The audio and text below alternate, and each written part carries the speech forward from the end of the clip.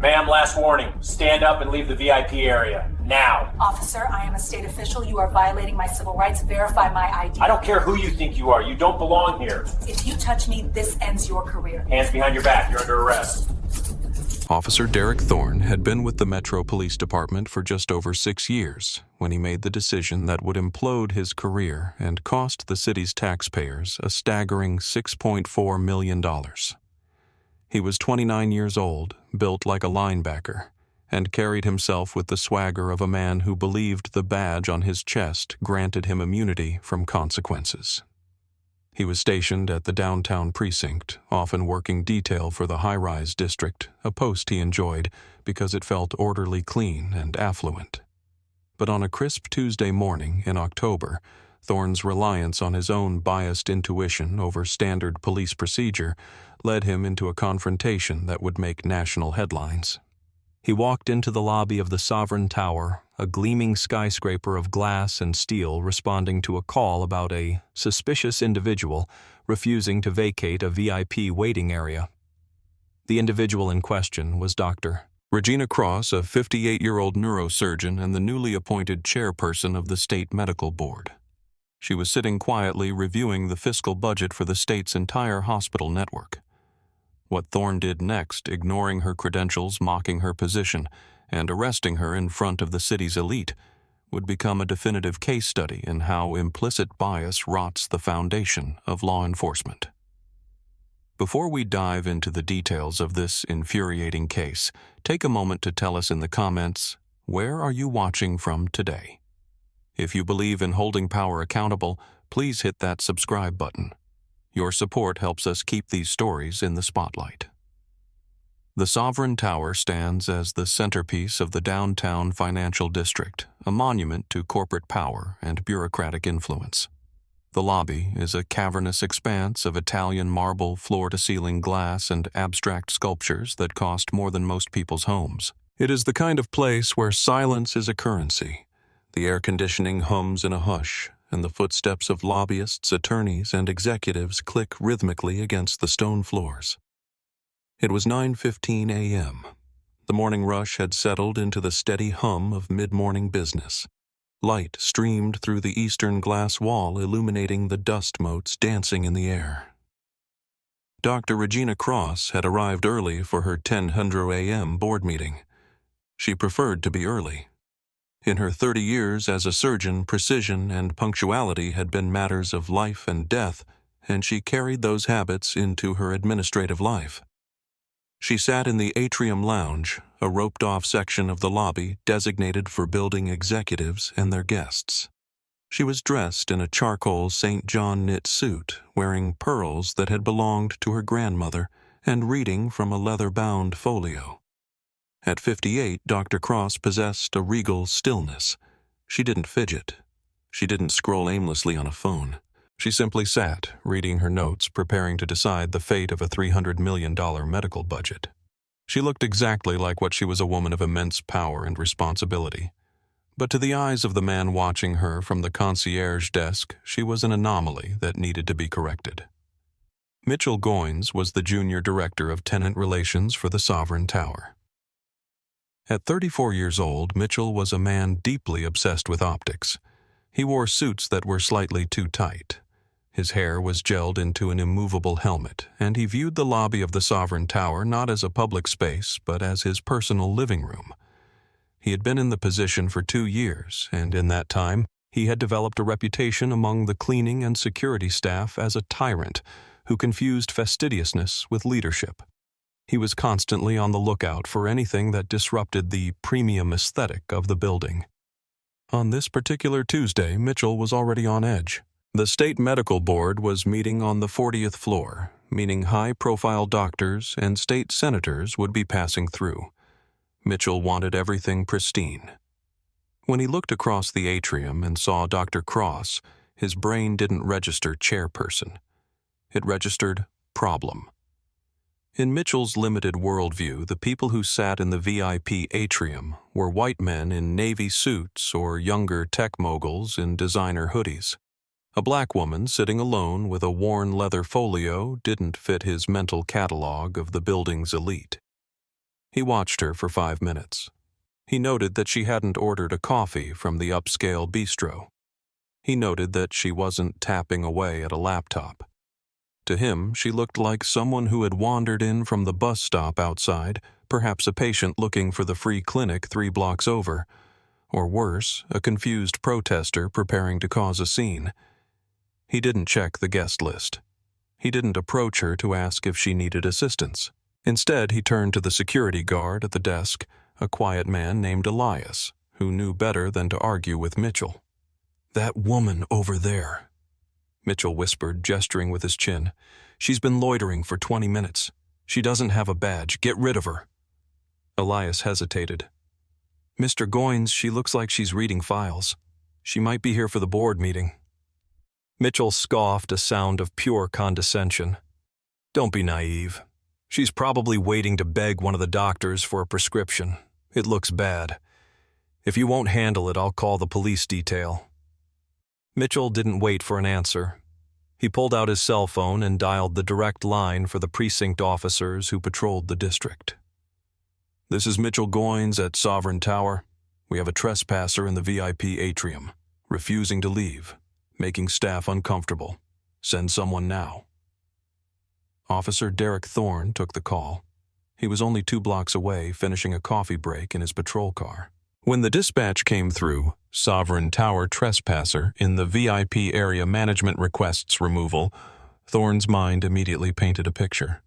He pictured a homeless person shouting at the receptionist, or perhaps a drunk who had stumbled in from the alley. He didn't picture a neurosurgeon.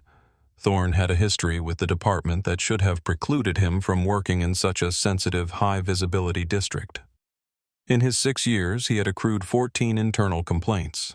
Most were for discourtesy or unprofessional conduct euphemisms often used for officers who escalated situations unnecessarily. He had a reputation for being hot-headed, for taking immediate offense to any question regarding his authority. His supervisors had noted in his last performance review that Officer Thorne struggles with de-escalation tactics and tends to view interactions as adversarial. Yet, due to a shortage of officers and a strong union rep, Thorne remained on the street. He parked his cruiser in the loading zone in front of the tower, slamming the door with unnecessary force. He adjusted his belt, checking the placement of his taser and baton, and walked into the building with his chest puffed out. He wasn't there to investigate. He was there to enforce. He saw Mitchell Goins waving him over near the elevators. Thorne knew Mitchell.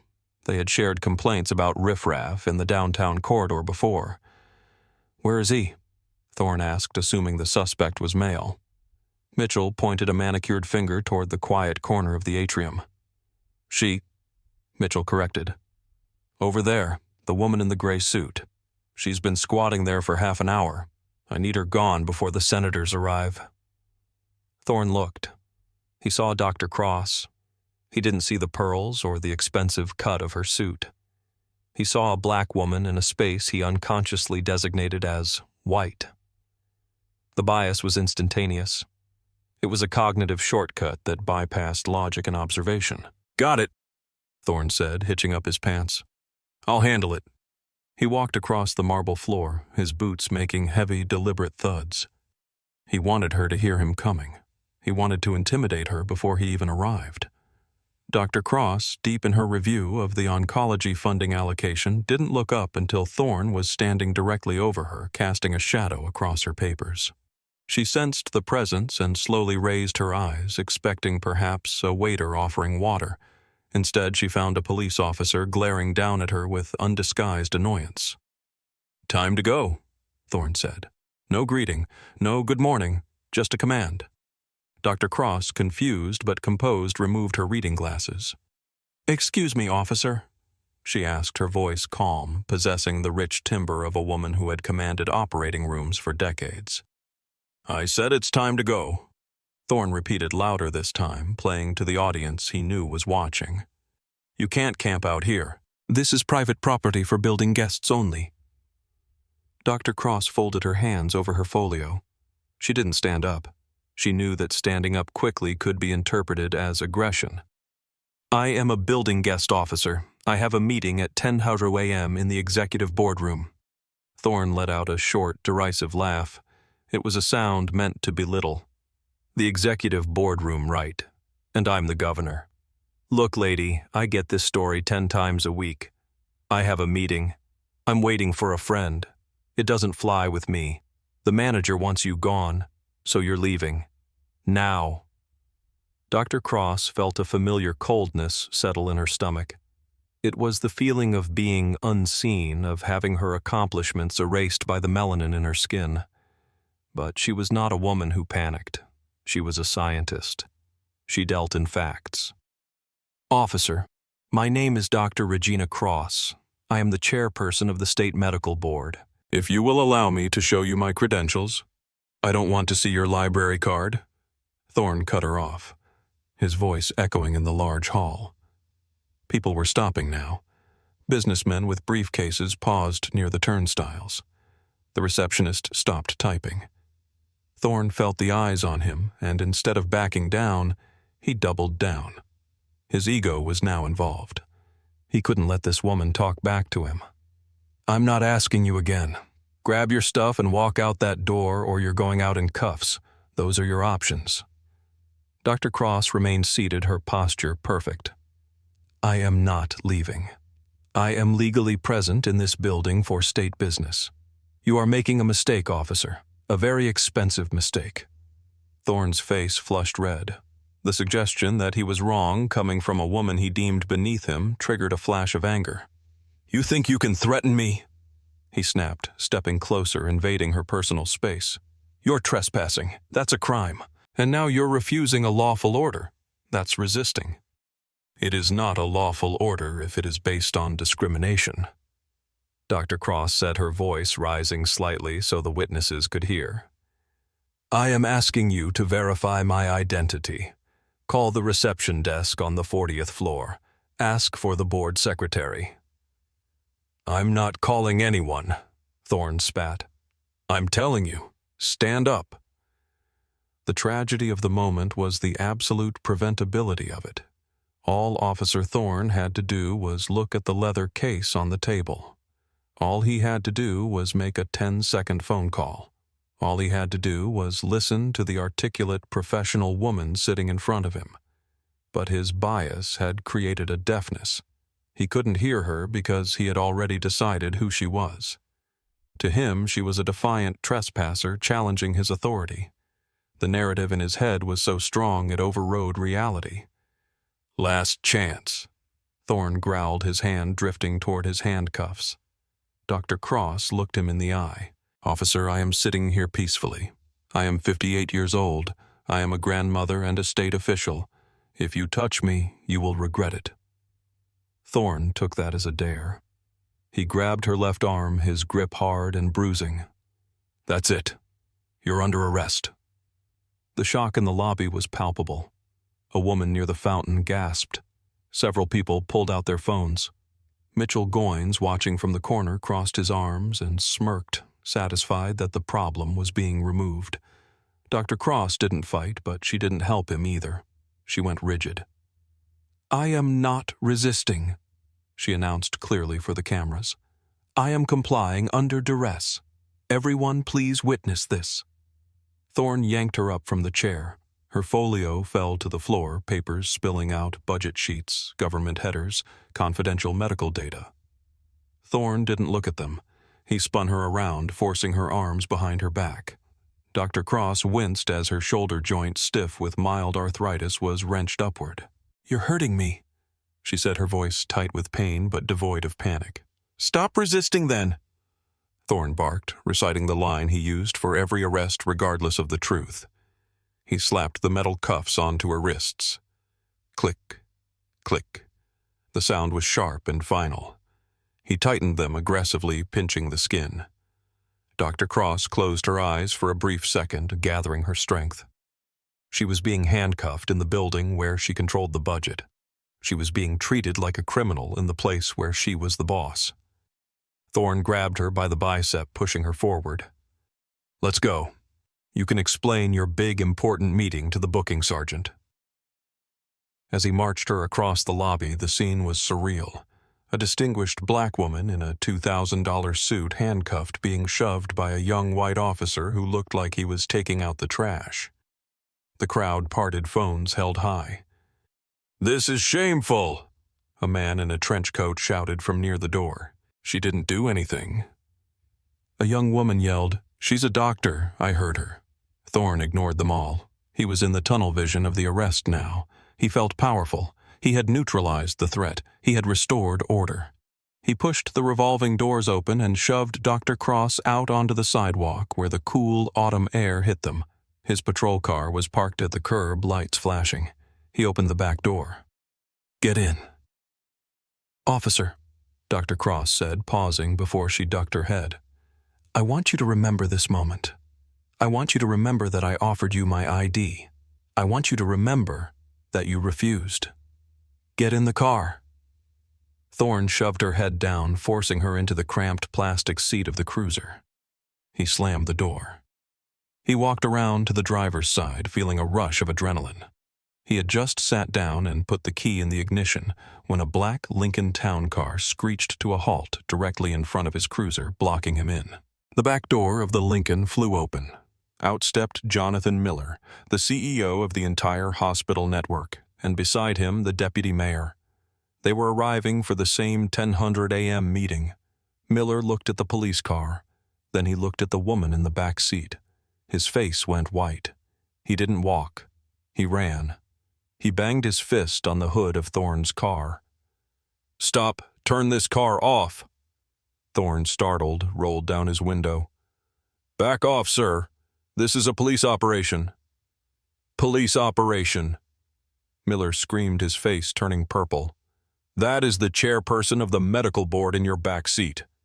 That is Dr. Regina Cross. What the hell do you think you're doing?" Thorne blinked. The world seemed to stop spinning for a second. "Who, Dr. Cross?" Miller pointed a shaking finger at the back seat. "She's running the meeting upstairs. Open this door. Open it now." The deputy mayor was already on his phone, yelling at someone, presumably the police chief. Thorne looked in the rearview mirror. He saw Dr. Cross staring back at him. Her expression wasn't angry. It was pitiful. She looked at him with the exhaustion of someone who had expected this to happen eventually. Thorne felt the blood drain from his face. His hands started to shake. The certainty, the arrogance, the smug satisfaction, it all evaporated, replaced by a cold, sickening dread. He scrambled out of the car. He fumbled with his keys. His fingers were so numb he dropped them once on the pavement before picking them up. He opened the back door. "Ma'am, Unlock these handcuffs," Miller commanded, standing right behind him. "And give me your badge number." Thorne unlocked the cuffs.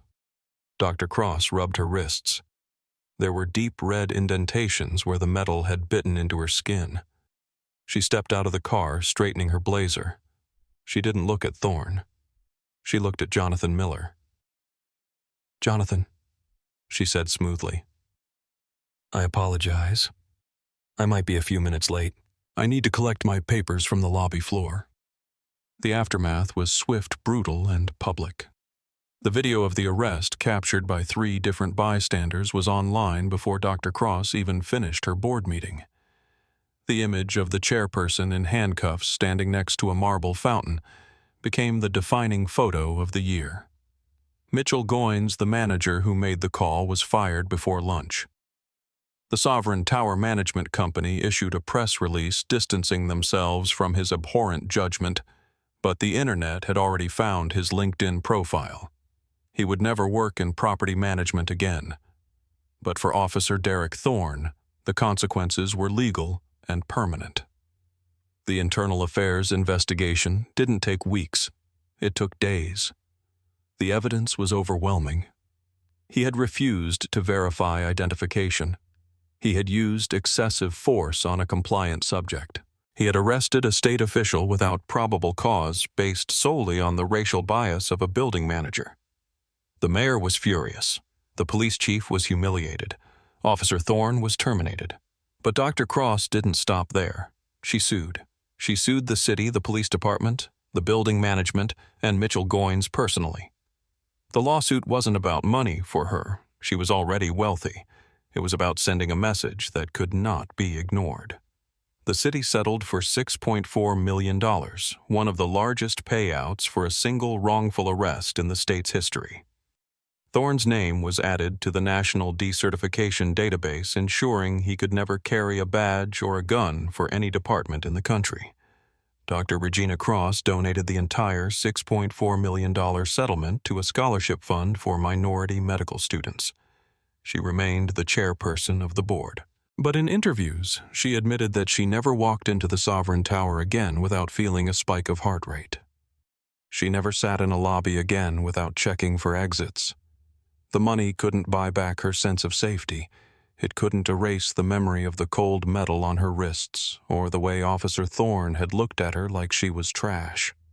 And that is the tragedy of these stories. We cheer for the settlement. We cheer for the firing. We call it justice. But justice would have been Officer Thorne seeing a black woman in a lobby and assuming she was a CEO, not a criminal. Justice would have been Mitchell Goines offering her a coffee instead of calling the police. Justice is not fixing the damage after it's done. It's preventing the damage from happening in the first place. This story forces us to ask uncomfortable questions about who we believe belongs in spaces of power. Why is it so hard for some to imagine a black woman as a chairperson? Why is the default assumption trespasser? Until we fix that broken filter in our collective consciousness, no amount of settlement money will be enough. What do you think? Should officers be required to carry personal liability insurance for lawsuits like this? Should calling the police on a customer based on bias be a criminal offense? Let me know your thoughts in the comments below. And if this story moved you, please share it. The more we talk about this, the harder it becomes to ignore. I'm watching the comments, and I'll see you in the next video. Stay safe and stay awake.